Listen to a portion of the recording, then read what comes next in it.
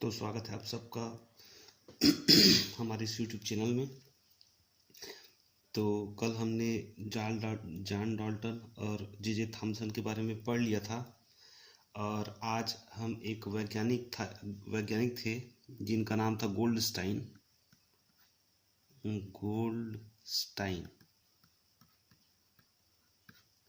तो गोल्डस्टाइन जो है वो 1886 में एक विसर्जन नलिका लिया।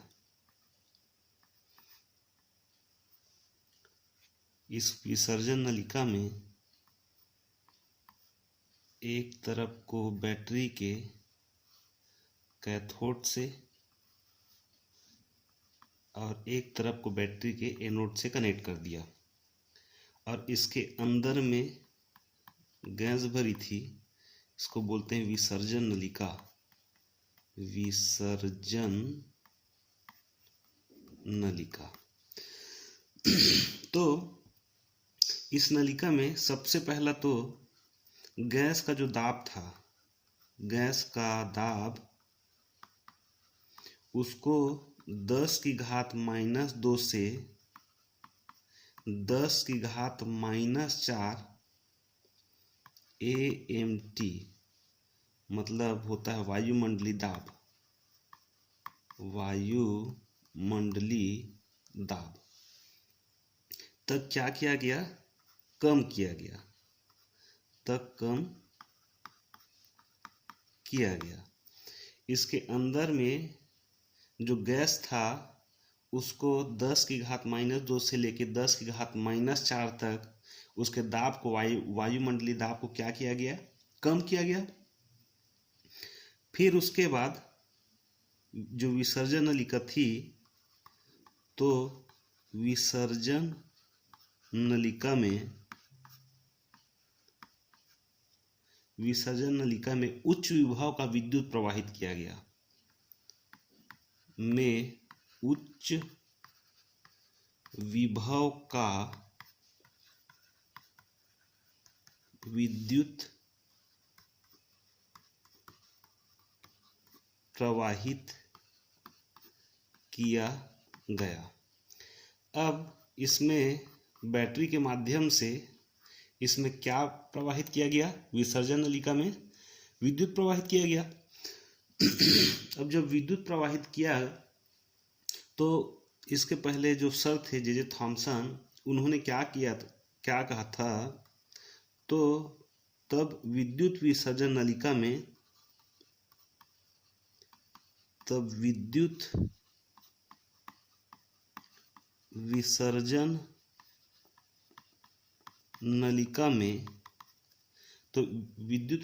जो नलिका था उसमें क्या उत्सर्जित होता था?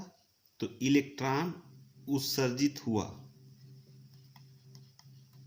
सबसे पहले क्या उत्सर्जित हुआ? इलेक्ट्रॉन उत्सर्जित हुआ, जिसके बारे में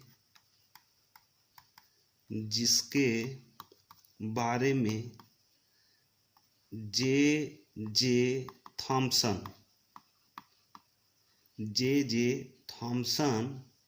ने अपने प्रयोग में बताया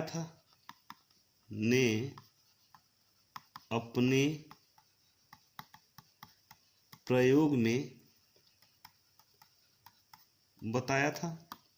सबसे पहला काम क्या किए? इस विसर्जन नलिका में जो वायुमंडलीय दाब है उसको 10⁻⁻2 से लेके 10⁻⁻4 के बीच में रखे। फिर उस विसर्जन नलिका में उच्च विभव को क्या किए? अपन विद्युत प्रवाहित किए। तो जे थॉमसन ने बताया था क्या उत्सर्जित होने लगता है? इलेक्ट्रॉन उत्सर्जित होने लगता है। तो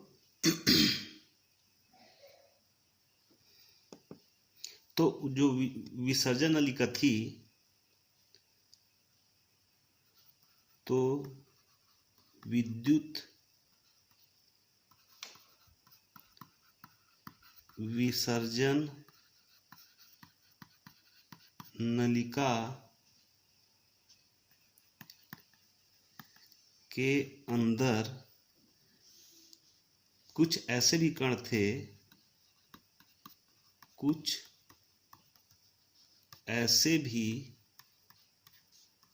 कण थे जो ऋण आवेशित जो प्लेट था, ऋण आवेशित जो प्लेट था उसकी ओर आकर्षित होने लगा। कुछ ऐसे कण थे जो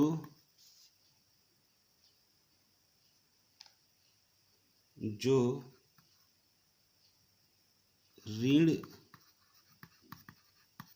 आवेशित प्लेट की ओर आकर्षित होने लगे। तो उसके अंदर में था क्या, उसके अंदर में कुछ छोटा छोटा जो कण था वो ऋण आवेशित प्लेट की ओर क्या होने लग गया, वो आकर्षित होने लग गया। तो जो आकर्षित होने वाला जो कण था, इसी धन आवेशित कण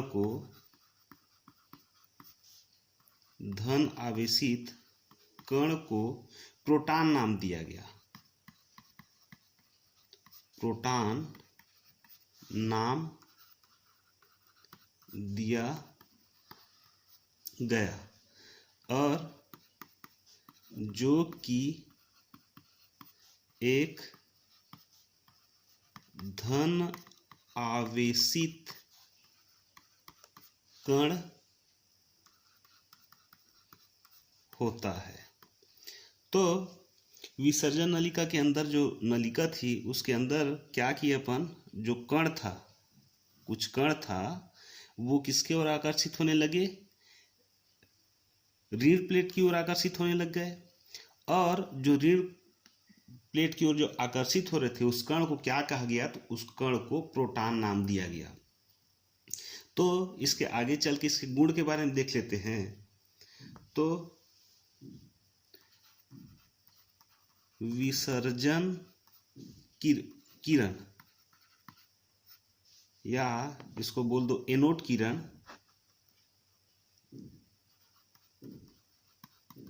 एनोड किरण के गुण।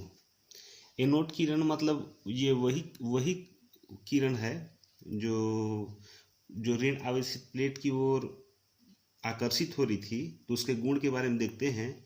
तो इसके पहले जो इलेक्ट्रॉन के गुण के बारे में अपन देखे थे, वैसे ही बिल्कुल सेम जो है, मिलता जुलता, वो प्रोटॉन का गुण जो है। तो सबसे पहला जो है, यह एक धन आवेशित कण होता है। सबसे पहला पॉइंट क्या हो गया, यह एक धन आवेशित कण होता है, और इलेक्ट्रॉन कैसा था, ऋण आवेशित कण था। दूसरा,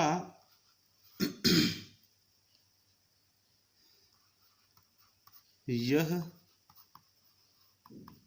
विद्युत चुंबकीय क्षेत्र में, यह विद्युत चुंबकीय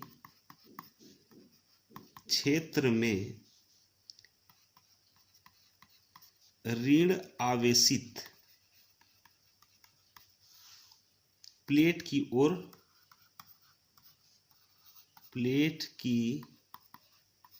ओर आकर्षित होती है,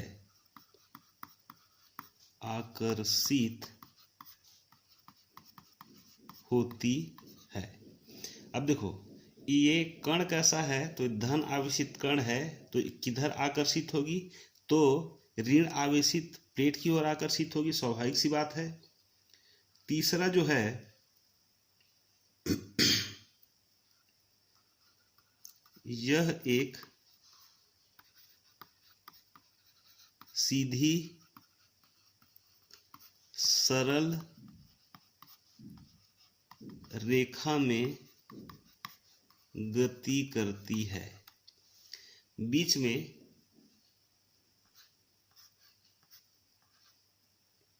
एक चादर लगा दें धातु का, तो उसमें होगी क्या, ये जो कण है, जो एनोड किरण है, वो क्या होगी, आर पर होगी, बाकी जो क्या हो जाएगी, रिफ्लेक्ट हो जाएगी।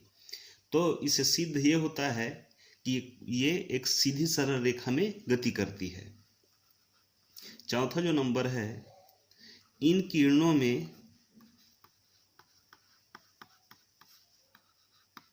गतिज ऊर्जा होती है। गतिज ऊर्जा होती है। अगर उस विसर्जन नलिका के अंदर एक फिरकी लगा दिया जाए या घूमने वाला यंत्र लगा दिया जाए तो क्या होगी, वो घूमने लग जाएगी। उसमें कौन सा बल काम करता है, कौन सी ऊर्जा होती है उसमें, तो गतिज ऊर्जा होती है।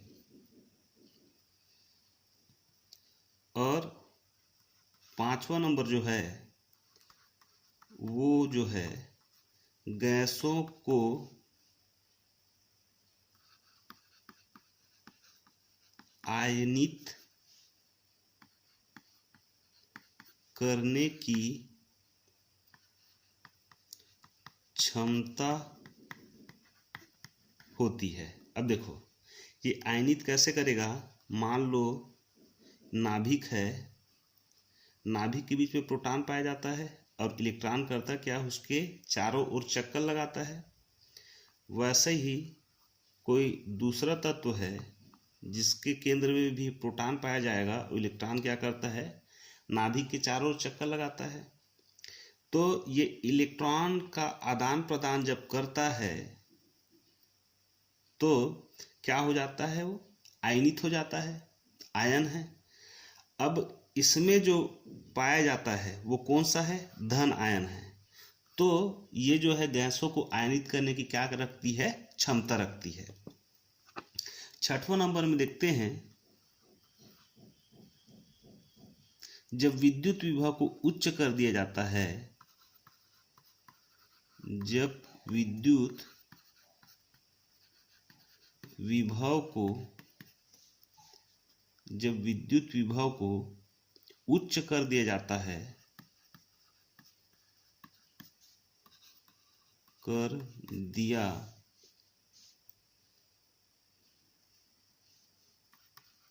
तो इलेक्ट्रॉन से एनोड किरणें कैसे हो जाती है, अलग हो जाती है, अलग हो जाती है। तो जब विसर्जन नलिका में जो विद्युत विभव का मान जो है उसको बढ़ा देते हैं तो इलेक्ट्रॉन से एनोड किरणें क्या होती है, अलग हो जाती है। सातवें नंबर पे देखते हैं, अब प्रोटॉन में भी आवेश पाया जाता है, आवेश पाया जाता है, प्रोटॉन में भी आवेश पाया जाता है। अब इसकी संख्या जो है, तो जिसकी संख्या कितनी होती है, 1.602 गुणित 10⁻⁻19 कूलाम होता है। और ये जो है ये इलेक्ट्रॉन के आवेश के बराबर होता है। अब देखो इसमें प्रोटॉन का आवेश और इलेक्ट्रॉन का आवेश, दोनों का आवेश कैसा होता है, एक समान होता है। और होता कितना है, 1.602 गुणित 10⁻⁻19 कूलाम के बराबर होता है। और इलेक्ट्रॉन की द्रव्यमान की तुलना में प्रोटॉन का द्रव्यमान काफी कम होता है, इलेक्ट्रॉन की तुलना में प्रोटॉन का द्रव्यमान काफी अधिक होता है,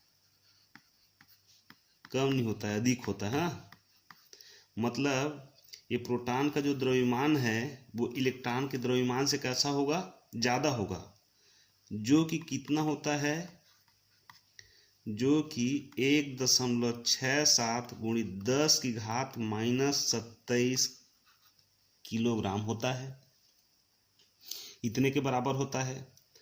तो इसका जो EM अनुपात है उसके बारे में अपन चर्चा कर लेते हैं। तो इसका EM मतलब आवेश और द्रव्यमान के अनुपात को अपन क्या कहते हैं, EM अनुपात कहते हैं। EM मतलब क्या होता है, E का मतलब होता है आवेश, M का मतलब होता है द्रव्यमान, मास में द्रव्यमान। तो सबसे पहला जो है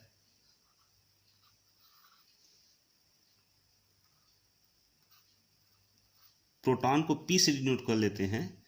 प्रोटॉन का आवेश जो होता है, अभी थोड़ी देर पहले देखे कितना होता है, 1.602 गुणा 10 की घात कितना होता है, -19 कूलाम के बराबर होता है, C के बराबर होता है। और प्रोटॉन का द्रव्यमान जो है, प्रोटॉन का द्रव्यमान जो है वो 1.67 गुणित 10 की घात -27 किलोग्राम के बराबर होता है। ये प्रोटॉन का आवेश है और ये प्रोटॉन का द्रव्यमान है, यही EM आवेश है। तो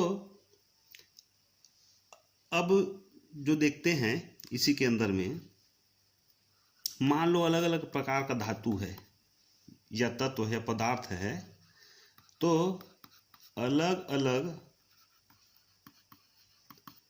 पदार्थ का द्रव्यमान जो है, या उसको अपन बोल दे परमाणु भार या अणु भार, परमाणु भार या अणु भार, तो क्या होता है, अलग अलग पदार्थ का परमाणु भार और अणु भार क्या होता है, अलग अलग होता है, अलग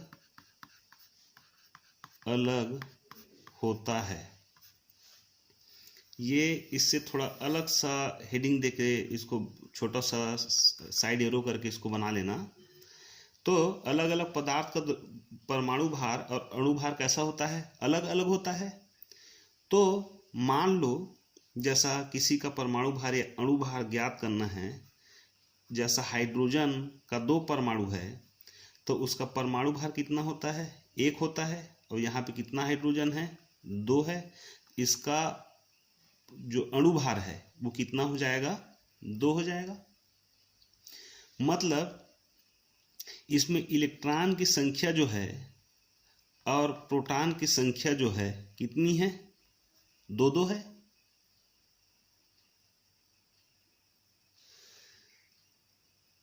वैसे ही उदाहरण ले लेते हैं ऑक्सीजन का। ऑक्सीजन का परमाणु क्रमांक जो होता है, भार जो होता है 16 होता है, और कितना परमाणु है, 2 है। मतलब कुल मिला के इसका परमाणु अणु भार कितना है, 32 है।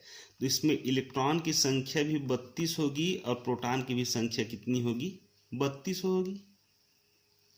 लेकिन मान लो सोडियम है, अब सोडियम का परमाणु भार जो होता है वो कितना होता है, 23 होता है। ये सब तो सम संख्यन थी, 2 था, बांट दिया आधा आधा, 32 था। सॉरी, यहाँ पे थोड़ा सा मिस्टेक हो गया है। यहाँ पे ये इलेक्ट्रॉन की संख्या 1 होगी, प्रोटॉन की संख्या 1 होगी, और यहाँ पे 16 इलेक्ट्रॉन होगा और 16 प्रोटॉन होगा। उसी प्रकार सोडियम में कितना है, परमाणु भार जो है कितना है, 23 है। इसमें अगर इलेक्ट्रॉन की संख्या को ले लें अपन 12 और प्रोटॉन की संख्या को ले लें 12, दोनों को जोड़े तो प्राप्त होता है 24। तो अगर एक संख्या कम कर लिए, मतलब इलेक्ट्रॉन की संख्या को 11 कर लिए और प्रोटॉन की संख्या को भी 11 कर लिए, दोनों को जोड़े तो कितना आया, 11 दूनी 22, मतलब इन दोनों के बीच में है संख्या 23। तो इसी को दूर करने के लिए 1932 में एक वैज्ञानिक आया जिनका नाम था चैडविक। तो चैडविक 1932 ईस्वी में, तो ये किया क्या, तो चैडविक ने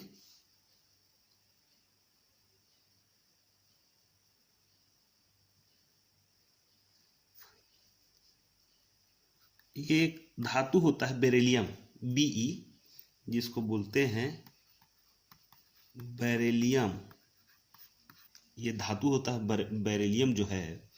तो बेरिलियम तत्व पर या धातु पर, बेरिलियम धातु पर ये अल्फा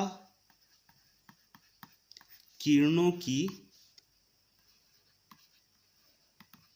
बौछार करने पर, मान लो कोई धातु है, इसमें किसका बौछार कर दिए, अल्फा कण का, अल्फा ऐसा लिखाता है, अल्फा कण का क्या कर दिए, यहाँ बौछार कर दिए इसके ऊपर। तो बौछार करने पर एक आवेशहीन कण का निर्माण हुआ, एक आवेशहीन कण का निर्माण होता है, जो कि प्रोटॉन के भार के बराबर होता है, जो कि प्रोटॉन को P से डिनोट करते हैं, प्रोटॉन के भार के बराबर होता है। बेरिलियम धातु पर क्या कर दिए, अल्फा कण का बौछार कर दिए, तो एक कण प्राप्त हुआ। कण कौन सा था, न्यूट्रॉन, और उसका जो भार था वो किसके बराबर था, तो प्रोटॉन के भार के बराबर था। तो बराबर होता है, तो इस आवेशहीन कण को न्यूट्रॉन कहा गया। अब देखो फिर से एक बार देख लेते हैं। बेरिलियम धातु पर अल्फा कणों का जब बौछार किया गया तो एक कण पाया गया जो न्यूट्रॉन था, और इसका जो परमाणु भार था वो किसके बराबर था, प्रोटॉन के भार के बराबर था।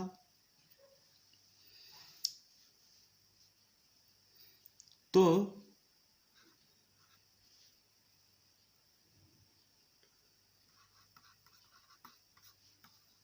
कोई भी पदार्थ, दुनिया में जितना भी प्रकार का पदार्थ है,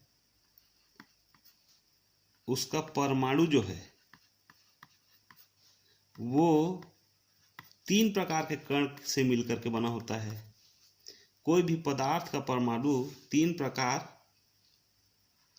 के कण से मिलकर बना होता है।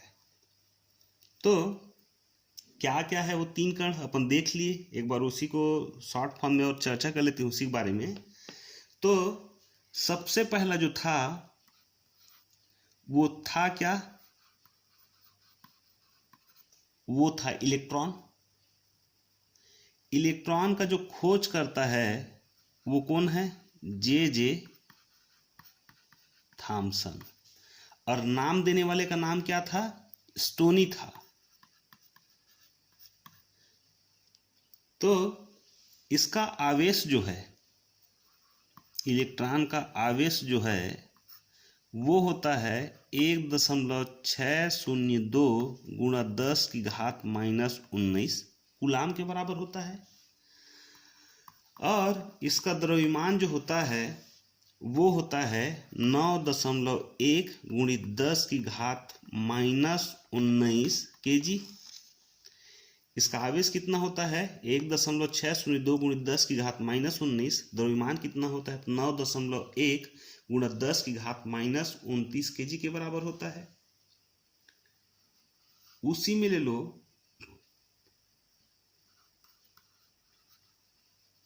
प्रोटॉन। अब प्रोटॉन का खोजकर्ता कौन था तो गोल्डस्टीन था, गोल्डस्टाइन, ये इसका खोजकर्ता था। अब इसमें आवेश जो पाया जाता है, आवेश कितना पाया जाता है 1.602 गुणा 10 की घात -19 कूलाम। और इसका द्रव्यमान जो होता है तो वो होता है 1.67 गुणित 10 की घात -27 kg के बराबर होता है। और इसका जो आवेश है, प्रोटॉन का आवेश जो है 1.602 गुणित 10 की घात -19 वो इलेक्ट्रॉन के आवेश के क्या होता है बराबर होता है। तीसरा जो कण था वो कौन सा कण था न्यूट्रॉन। तो न्यूट्रॉन का खोज किसने किया था तो चैडविक ने किया था। अभी थोड़ी देर पहले देखे चैडविक के बारे में। तो इसमें क्या होता है आवेश नहीं होता, न तो इसमें धन आवेश होता है और न ही इसमें ऋण आवेश होता है। मतलब ये कैसा है आवेशहीन है। इसको काट लो, यहां पे लिख लेना सीधा आवेशहीन होता है। अब इसका द्रव्यमान जो है किसके द्रव्यमान के बराबर होता है प्रोटॉन के द्रव्यमान के बराबर होता है। प्रोटॉन का द्रव्यमान 1.67 गुणित 10 की घात -27 kg। इसका भी द्रव्यमान होगा 1.67 गुणित 10 की घात -27 किलोग्राम के बराबर होगा। अब जो थोड़ी देर पहले देखे थे कि किसी परमाणु के नाभिक में इलेक्ट्रॉन, परमाणु में इलेक्ट्रॉन और प्रोटॉन की संख्या क्या थी उसको एक बार और देख लेते हैं फिर। तो सबसे पहले लेते हैं कार्बन का, कार्बन का C से डिनोट करते हैं। कार्बन का परमाणु भार जो होता है वो कितना होता है 12 होता है परमाणु भार। तो इसमें प्रोटॉन की संख्या जो होगी वो 6 होगी, न्यूट्रॉन की संख्या जो होगी 6 होगी और इलेक्ट्रॉन की भी संख्या कितनी होगी 6 होगी। उसी प्रकार ये ऑक्सीजन का परमाणु भार जो होता है वो होता है 16। इसमें प्रोटॉन की संख्या जो है 8 होगी, न्यूट्रॉन की भी संख्या 8 होगी और इलेक्ट्रॉन की संख्या कितनी होगी 8 होगी। 8 दूनी 16। प्रोटॉन न्यूट्रॉन की संख्या बराबर होती है किसी परमाणु के नाभिक में। अब ले लो सोडियम। तो सोडियम का परमाणु भार जो होता है वो होता है 23। ये सोडियम का परमाणु भार होता है 23। तो इसको बांट देते हैं प्रोटॉन की संख्या कितना तो 11, न्यूट्रॉन की संख्या कितना और इलेक्ट्रॉन की संख्या कितना 11। तो इसमें 11 दूनी 22। तो 11 और 1 12 कर दिए तो क्या हो गया ये न्यूट्रॉन की संख्या हो गया। मान लो 23 किलो शक्कर है, अगर उसमें एक कण निकाल लिया जाए तो उसके द्रव्यमान में कोई फर्क नहीं पड़ता। उसी प्रकार न्यूट्रॉन की संख्या को अपन क्या कर दिए थोड़ा सा बढ़ा दिए। उसी प्रकार देखते हैं अपन क्लोरीन। क्लोरीन का परमाणु भार जो होता है वो होता है 35.5। Cl2 का परमाणु भार कितना होता है? 35.5 होता है। तो इसमें प्रोटॉन की संख्या कितनी होगी? 17 होगी। न्यूट्रॉन की संख्या देखते हैं, इलेक्ट्रॉन की संख्या कितनी होगी? 34 होगी। अब इसमें 0.5 को छोड़ करके मात्र 35 को लेते हैं अपन, तो न्यूट्रॉन की संख्या यहाँ पे कितनी हो जाएगी? न्यूट्रॉन की संख्या यहाँ पे हो जाएगी 18। तो इस प्रकार से किसी भी जो तत्व है या यौगिक है उसके परमाणु भार को निकाला जा सकता है, परमाणु भार या अणु भार की गणना की जा सकती है। मान लो अणु भार निकालना है तो एक और परमाणु से इसका गुणा कर दिए, जैसा ये N2 कर दिए, तो N2 कर दिए तो क्या हो गया? ये अणु हो गया। मतलब एक से अधिक परमाणु से मिलकर जो बना पदार्थ जो होता है वो क्या कहलाता है? अणु कहलाता है। तो आगे देखते हैं रदरफोर्ड के परमाणु मॉडल।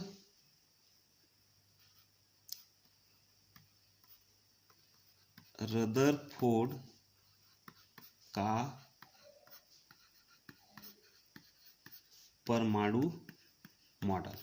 अब देखो, रदरफोर्ड एक वैज्ञानिक था जो कि सन 1911 में रदरफोर्ड ने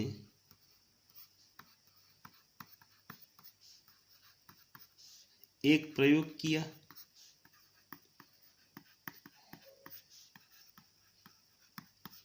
अब प्रयोग किया क्या प्रयोग किया वो? तो लेड का एक बॉक्स था, लेड के बॉक्स में एक डब्बा था लेड का, उसके बॉक्स में रेडियम एक पदार्थ है, तो रेडियम पदार्थ को रखा। तो लेड को कहाँ रख दिया? लेड का जो बॉक्स था उसमें रेडियम पदार्थ को रख दिया। तो हुआ क्या? उन्होंने पाया, तो किन्होंने पाया? रदरफोर्ड ने पाया। तो क्या पाया कि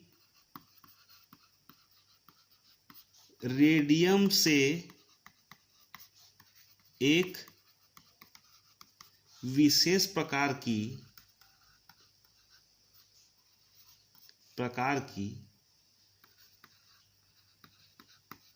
किरणें निकल रही थी। रदरफोर्ड ने क्या पाया? जब लेड के एक बॉक्स में रेडियम नामक पदार्थ को रख दिया तो उन्होंने पाया कि रेडियम से एक विशेष प्रकार की क्या निकल रही है? किरण पुंज निकल रही है। अब वो किरण पुंज जो थी वो 3 प्रकार की थी। सबसे पहला तो था अल्फा कण। मतलब अल्फा कण है क्या? तो धनावेशित अल्फा किरणें जो थी वो ऋण प्लेट की ओर आकर्षित हो रही थी।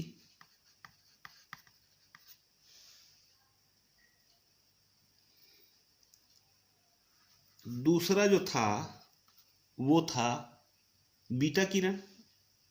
ऐसा मान लो, इतना लंबा चौड़ा लिखने की जरूरत नहीं है। अल्फा किरण कैसा होता है? धनावेशित किरण होती है, धनावेशित अल्फा किरणें। बीटा किरणें कैसा होता है? तो ये ऋण आवेशित होता है, ऋण आवेशित बीटा किरणें होती है। अब ये जो है वो किधर आकर्षित होगी? तो धन प्लेट की ओर आकर्षित होगी। क्यों आकर्षित होगी? क्योंकि बीटा किरणें जो है कैसी किरणें हैं? ऋण आवेशित किरणें हैं। उसी प्रकार इसको लिख ही लेना, इसको कोष्टक में ब्रैकेट करके लिख लेना। उसी प्रकार जो गामा किरण थी, अब गामा किरण न तो वो धन आवेशित की तरफ जा रही थी,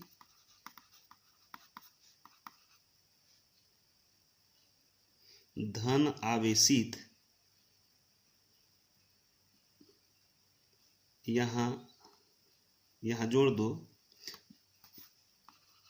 न तो धन आवेशित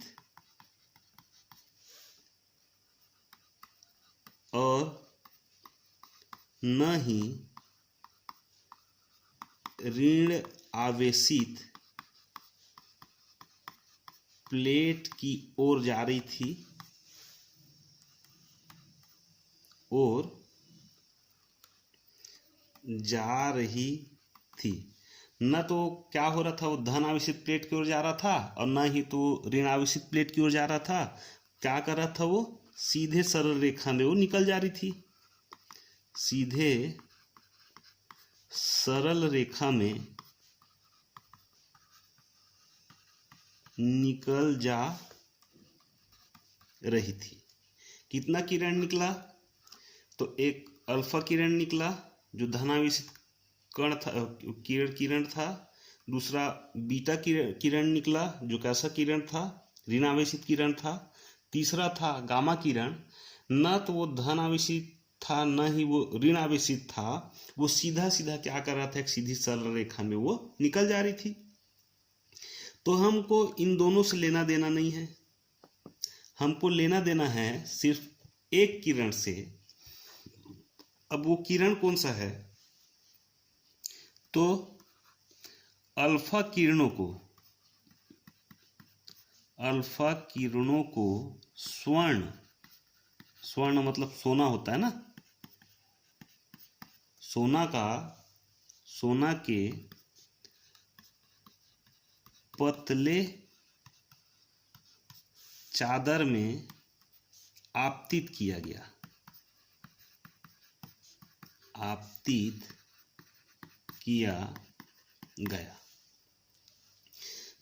मान लो ये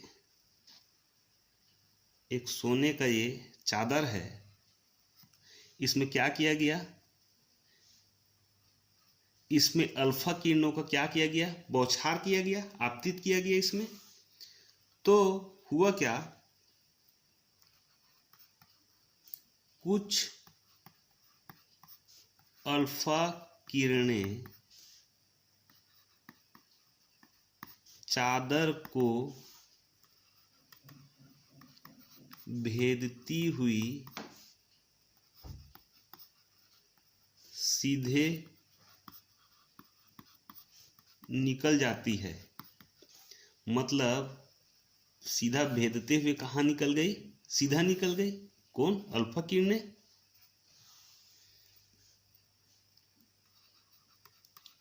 और कुछ किरणें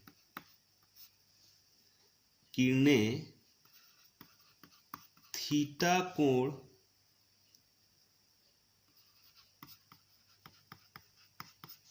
बनाते हुए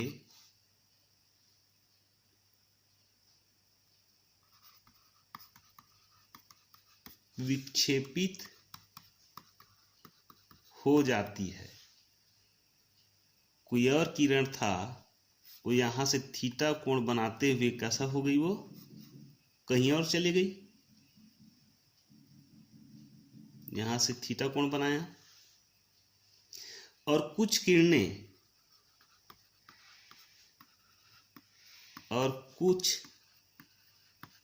किरणें अपने मार्ग पर वापस आ जाती है। कुछ किरणें क्या होती है? यहाँ टकराती है और फिर क्या करती है? वो वापस आ जाती है। तो इसके निष्कर्ष के बारे में देखते हैं, निष्कर्ष क्या निकलता है। तो इसका निष्कर्ष जो है, तो निष्कर्ष पहला ले लेते हैं। क्या क्या निष्कर्ष निकाला रदरफोर्ड ने? तो नाभिक का संपूर्ण द्रव्यमान कहाँ केंद्रित होता है? केंद्र पे स्थित होता है। तो या तो ऐसा लिख लो निष्कर्ष करके,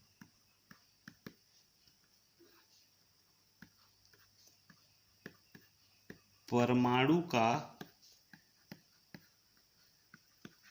संपूर्ण भार नाभिक पर केंद्रित होता है। अभी देखेंगे ये नाभिक कहाँ होता है। दूसरा,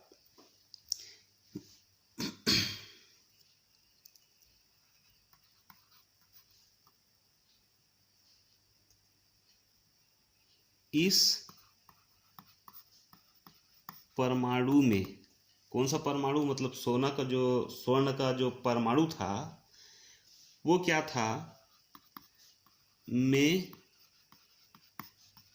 अधिकांश भाग खोखला था, खोखला है। इस कारण वो क्या करती है, वो आर पर निकल जाती है। इस कारण किरणें भेदती हुई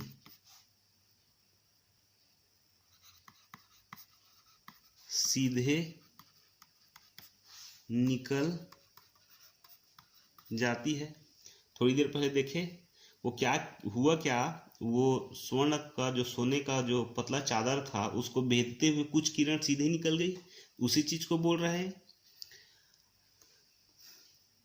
और तीसरा जो था, बीच में कुछ किरणें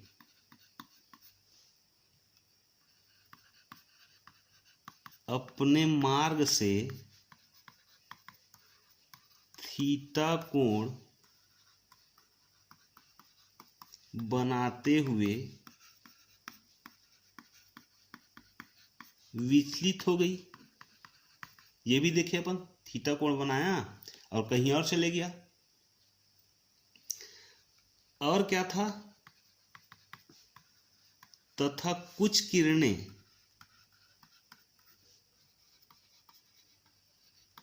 अपने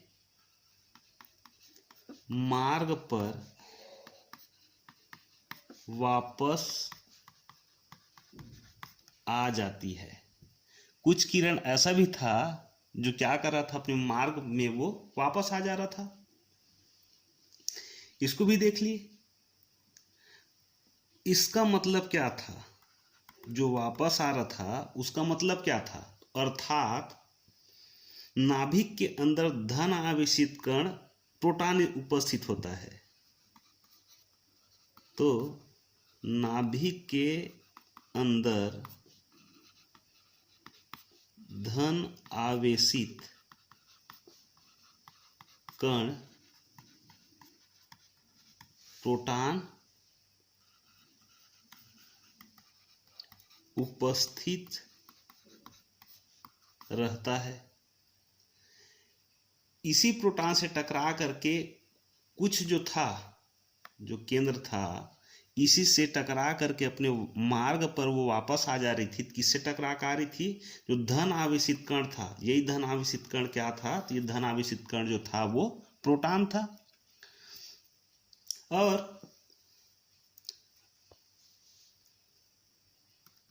और क्या देखे, और क्या निष्कर्ष निकाले, तो परमाणु की त्रिज्या जो थी,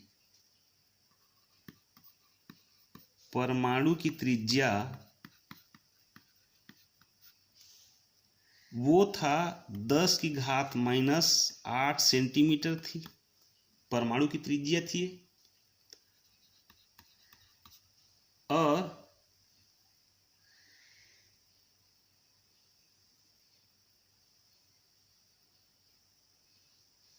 सॉरी, ये यहाँ नाभि की त्रिज्या है। नाभि की त्रिज्या 10⁸ सेंटीमीटर थी और परमाणु की त्रिज्या जो थी वो था 10⁻⁻13 सेंटीमीटर था। कहने का मतलब क्या है, अतः परमाणु की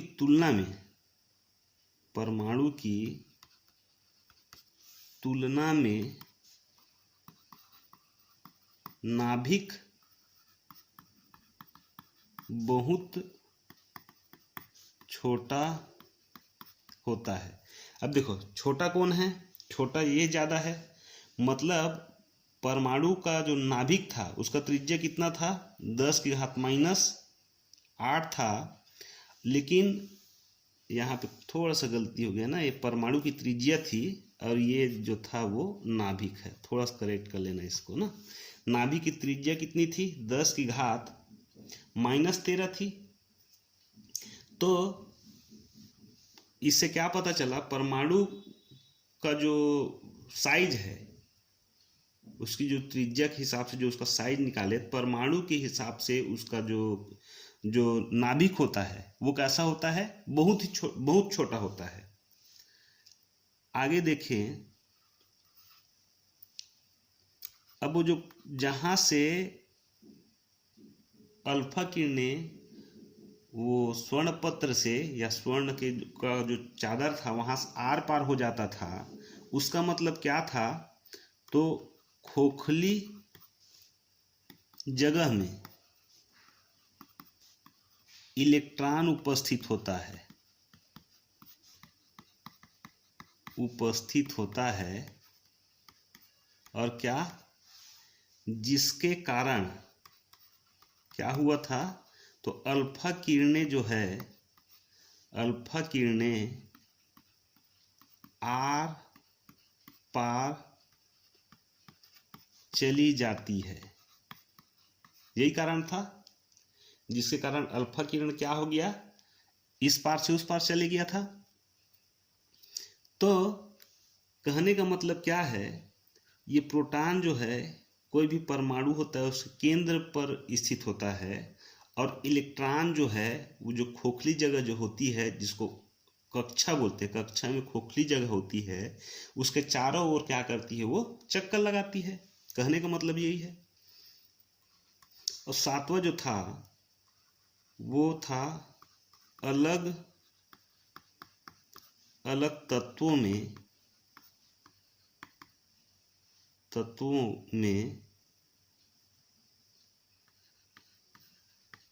परमाणु आवेश जो होता है, मतलब परमाणु का जो आवेश होता है वो अलग अलग होता है।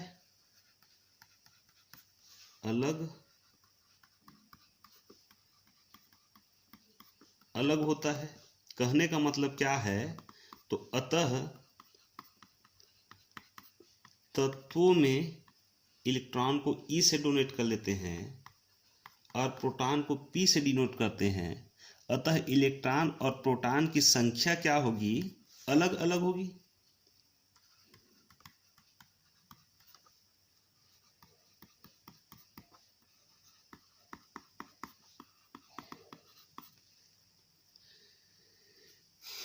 अलग अलग तत्वों में परमाणु आवेश जो होता है वो क्या होता है? अलग अलग होता है। मतलब किसी जैसा हाइड्रोजन का अलग होगा, सोडियम का अलग होगा, क्लोरीन का अलग होगा, ऑक्सीजन का अलग होता है। तो सबका परमाणु भार कैसा होता, परमाणु आवेश कैसा होता है? अलग अलग होता है। उसके हिसाब से इलेक्ट्रॉन और प्रोटॉन की संख्या भी क्या होगी? अलग अलग होगी। भाई जैसा हाइड्रोजन है या तो जैसा ऑक्सीजन है, ऑक्सीजन का परमाणु भार 16 है, उसमें इलेक्ट्रॉन की संख्या 8 आया, प्रोटॉन की संख्या कितना आया? 8 आया। यही है। अब आखिरी में इसका दोष भी था, मतलब रदरफोर्ड का जो परमाणु मॉडल था उसका दोष भी था। तो दोष क्या था? तो परमाणु के स्थायित्व की व्याख्या नहीं की जा सकती। अब देखो, ये परमाणु की स्थायित्व की व्याख्या क्या था। मान लो नाभिक है, नाभिक के चारों ओर चक्कर लगा रही है। कौन चक्कर लगाती है? इलेक्ट्रॉन चक्कर लगाती है। तो इलेक्ट्रॉन में माइनस आवेश पाया जाता है, प्रोटॉन में कौन सा आवेश पाया जाता है? धन आवेश पाया जाता है। तो ये जब चक्कर लगाने लगी, एक चक्कर लगाने के बाद इसमें ऊर्जा में थोड़ी कमी आई, तो नीचे वाले अक्ष में आ गया। फिर चक्कर लगाने के बाद इसकी ऊर्जा की कमी हुई, फिर कम होते, ऐसा करते करते करते करते करते क्या हो गया, ये नाभिक में गिर जाएगी। तो परमाणु की स्थायित्व की व्याख्या क्या करता है? ये नहीं करता है। और मान लो इलेक्ट्रॉन की त्रिज्या जो है को बदल दे अपन, मतलब इलेक्ट्रॉन की त्रिज्या के बदलने से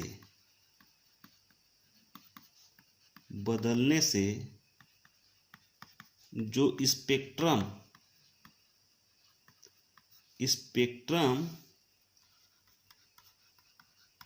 प्राप्त होता है, वो कैसा प्राप्त होता है?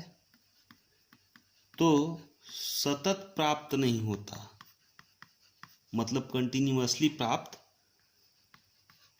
नहीं होता है। यह स्पेक्ट्रम जो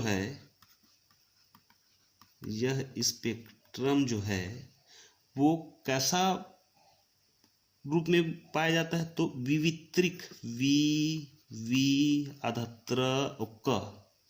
विवित्रिक होता है।